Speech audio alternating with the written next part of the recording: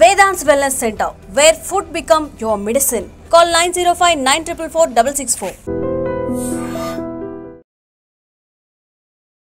Hi guys, welcome to I dream. నేను మీ Chanakya. And రీసెంట్గా మరి ఒక హాలీవుడ్ మూవీ అయితే దాని కాన్సెప్ట్ మెయిన్గా మూవీ ప్రమోషన్ గురించి అని కాదు, కానీ మెయిన్గా అందులో తీసుకున్న కాన్సెప్ట్ మాత్రం చాలా వింతగా ఉంది.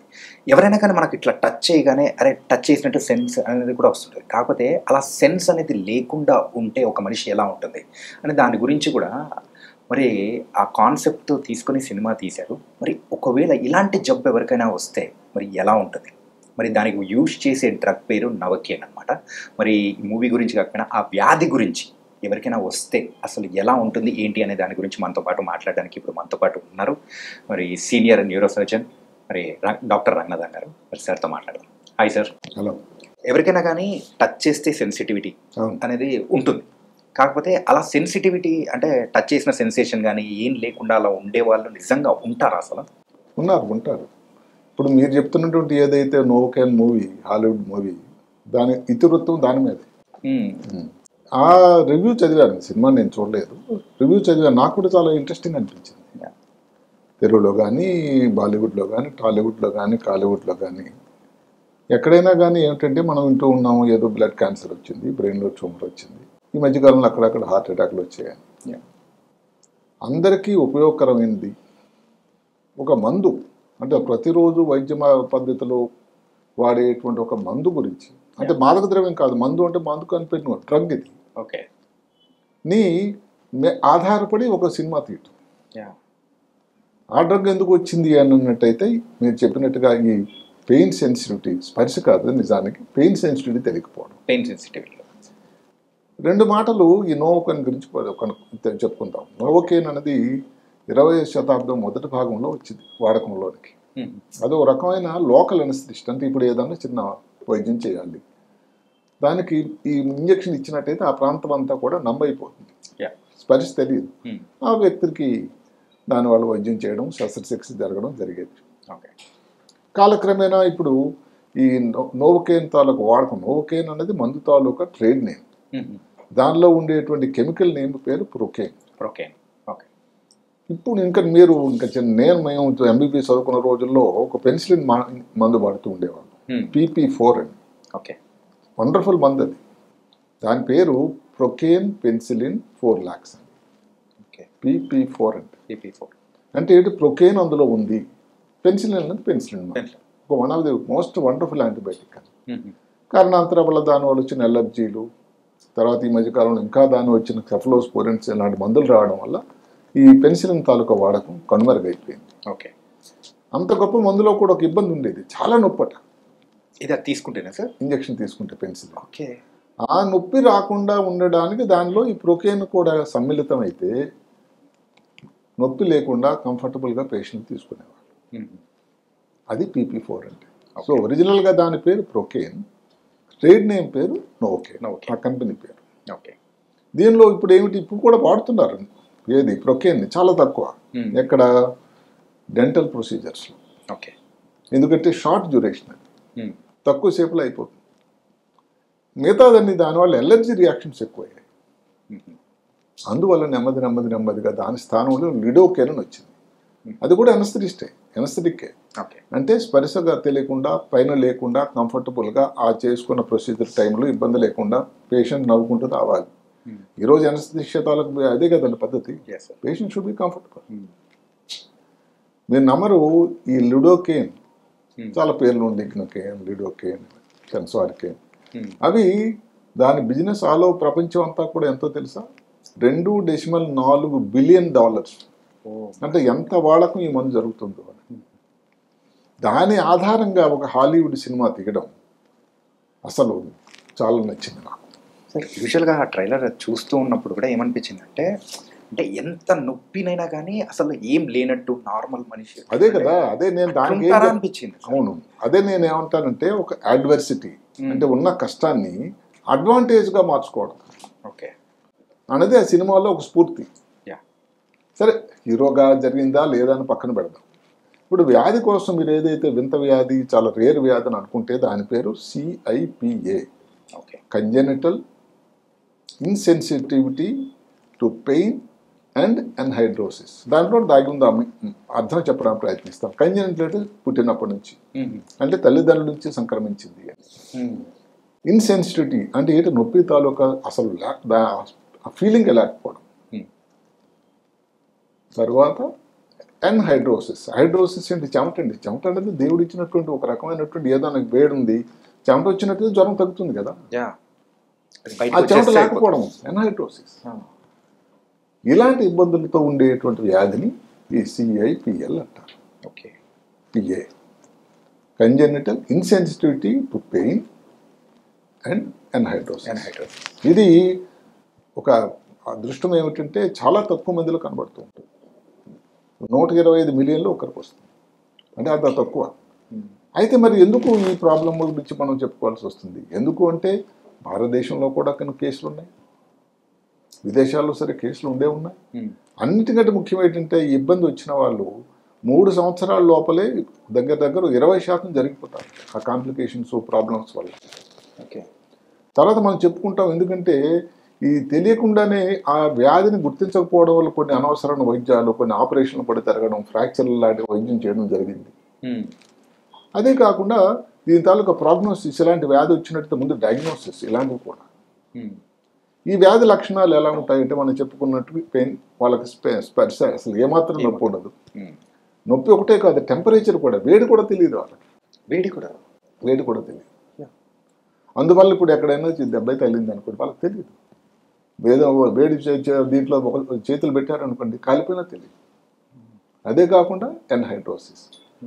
ఈ వేడి తెలియకపోవడం వల్ల ఏమిటి, సెల్ఫ్ మ్యూటిలేషన్ అంటాం. తెలియకుండానే నాలుగు ఖర్చుకోవడం అందరూ సహజం జరిగేది, అబ్బో అనుకుంటాం, కానీ వాళ్ళకి పెయిన్ తెలియదుగా ఎన్నిసార్లు కొనుక్కున్నా కూడా. అదే కాకుండా ఈ లిప్స్ని పెదవులు కొరుక్కోవడం కానీ, చేతులు వేలకు దెబ్బ తగిలిన, ఇట్లా తెలియకుండానే సెల్ఫ్ మ్యూటిలేషన్ అని ఇంగ్లీష్లో ఒక మాట ఉంది, అంటే స్వయంగా దెబ్బ తగలడం, ఇంజరీ అవ్వడం. దానికి తోడు ఎన్హైడ్రోసిస్ అంటే చెమట లేకపోవడం వల్ల విపరీతం జ్వరం రావడం. ఇప్పుడు వేసవికాలం వచ్చింది, ఇలా టైంలో ఇబ్బంది ఉన్న వాళ్ళు అసలు ఏమవుతుంది, దానికి తోడు వచ్చింది ఏమిటంటే ఫిట్స్ లాగా రావడం. ఎవరికైతే ఎక్కువ జ్వరం వచ్చే వాళ్ళకి టెంపరేచర్ పెరిగితే ఫిట్స్ లాగా రావడం. ఇంకొక ముఖ్యమైనది ఏమిటి, ఈ ఇబ్బంది ఉన్న వాళ్ళకి ఏదైనా దెబ్బ తగిలింది అనుకోండి, ఒకంత మానదండి, సమస్య లేదు, మానదు. ఆ వూండ్ హీలింగ్ చాలా స్లో ఉంటుంది. అదే కాకుండా బోన్ ఇన్ఫెక్షన్స్, ఆస్టోమైలిటిస్ అంటాం, అదొక కాంప్లికేషన్. అంటే బోన్ లోపల వచ్చేటువంటి ఇన్ఫెక్షన్ చీముని పట్టడాన్ని, ఎందుకంటే బోన్స్ దెబ్బ తగిలాయి, బయటకు ఎక్స్పోజ్ అయింది, వాళ్ళకి స్పరిశ తెలియటం లేదు, దాని కేర్ తీసుకోవడం తక్కువ ఉంటుంది వాళ్ళు. ఇదే కాకుండా చిన్న చిన్న ఫ్రాక్చర్స్ ఏమో కాకుండా చుట్టుపక్కల ఉండేటువంటి టిష్యూస్ కూడా డ్యామేజ్ అవ్వడం వల్ల అసలు ఆ కీళ్ళలో కదలిక అవన్నీ మారిపోతాయి. దాన్ని షాక్ కోట్స్ అంటారు, జాయింట్స్ అని. ఇన్ని ఇబ్బందులు ఈ వ్యాధిలో ఉన్నాయి. ఈ వ్యాధి ఆటోసోమల్ రెసిసివ్ అంటారు. అంటే మీరు అడగవచ్చు, ఆటోసోమల్ రెసిసివ్ అంటే ఏంటి అంటే, తల్లి తండ్రిలో కూడా ఈ ఇబ్బంది ఉంటే వాళ్ళ నుంచి వచ్చిన జనుడి పరంగా వచ్చేటువంటి వ్యాధి. ఆటోజోమల్ డామినెంట్ అంటే తల్లిదండ్రులు ఎవరికైనా ఒక వచ్చేదాన్ని ఆటోజోమల్ డామినెంట్ అంటారు. ఇద్దరు ఉండేటట్టు ఆటోజోమల్ రెసిసివ్ అంటారు. యూజువల్గా ఇప్పుడు కట్ అవుతుంది, బ్లడ్ వస్తూ ఉంటుంది, ఆ బ్లడ్ వచ్చే సెన్స్ అనేది కూడా అసలు ఉండదు, తెలియదు. బ్లడ్ రావడం తాలూకా చూసి తెలుస్తాం బ్లడ్ అయిందని. కానీ అప్పటికే పుంజకాలం, ఇప్పుడు మనకి ఏదైనా వస్తువు వేడి దాని మీద పెడితే టక్కన చూసేస్తాం. అవును సార్, అది వేడి స్పర్శ లేదు, ఆ కాలిపోయిన తర్వాత కూడా తెలియదు, ఎవరో చూసి ఏమైంది అంటే తెలుసుకోవడం. అది చాలా దయనీయమైనటువంటి పరిస్థితి. ఇప్పుడు ఆ సినిమాలో కూడా హీరోలో నేను చదివిన రివ్యూలో అదే చెబుతున్నాను, విలన్ ఏమిటంటే ఒక సలసలు కారుతున్నటువంటి ఆయిల్లో చేయబెట్టిస్తాడట. ఈయన స్పర్శ లేదు కదా, లేదు నాకు తెలిసి కూడా నొప్పి ఉన్నా కానీ నేనేం చేయటం లేదు అన్నట్టు యాక్షన్ చేసేవాడు. అవతల విలన్ ఏమనుకున్నాడట, నేను నేను హింసిస్తున్నాను అనుకున్నాను, ఇంత చేస్తే ఆయనకు స్పర్శ లేదు. అది తన ఏదైతే తనకు ఇష్టమైన హీరోయిన్ సేవ్ చేయడానికి సినిమాలో అతను ప్రయత్నించడం, చివరికి సక్సెస్ఫుల్ అవ్వడం జరిగింది. అది సినిమా తాలూకా ఇతివృత్తం అయింది. సార్, ఇంకొకటి మీరు చెప్పారు, యూజువల్గా ఈ వ్యాధి ఉన్న వాళ్ళు అంటే ఎర్లీ ఏజ్లోనే చనిపోయే అవకాశాలు అనేది కూడా ఉంటాయి. అంటే ఈ ఇన్ఫెక్షన్స్ బారిన పడి దానివల్ల అనారోగ్యం ద్వారా అంతే. ఇన్ఫెక్షన్, జ్వరం వచ్చింది, తెలియటం లేదు, ఫిట్స్ వచ్చింది, ఎంతో 102, 105 టెంపరేచర్ వచ్చేసింది, వేసవికాలంలో ఇబ్బంది అయింది, డిహైడ్రేషన్ అయిపోయింది, దాని తాలూకు అసోసియేటెడ్ ప్రాబ్లమ్స్ వల్ల గుండె దెబ్బ తగిలింది, హీల్ అవ్వట్లేదు. బోన్లో ఇన్ఫెక్షన్ వచ్చేసింది, అలాగ ఇంకా ఇన్ఫెక్షన్ స్ప్రెడ్ అయింది. ఇలాంటి కారణాల వల్ల వాళ్ళకి మరణం జరుగుతుంది. సార్ సింపుల్ చెప్పాలంటే వాళ్ళని మనం ఒక గాజు బొమ్మలా చూసుకోవాలి ఒకవేళ ఎవరికన్నా ఉందంటే. ఇక్కడ ఏమిటంటే ఇదే కానీ అన్నదమ్ములకి ఇద్దరికి ఉండడానికి ఆస్కారం, ఇద్దరు పిల్లలు పుడితే అందులో కవలలు పుడితే ఇద్దరికి ఉండడానికి ఆస్కారం.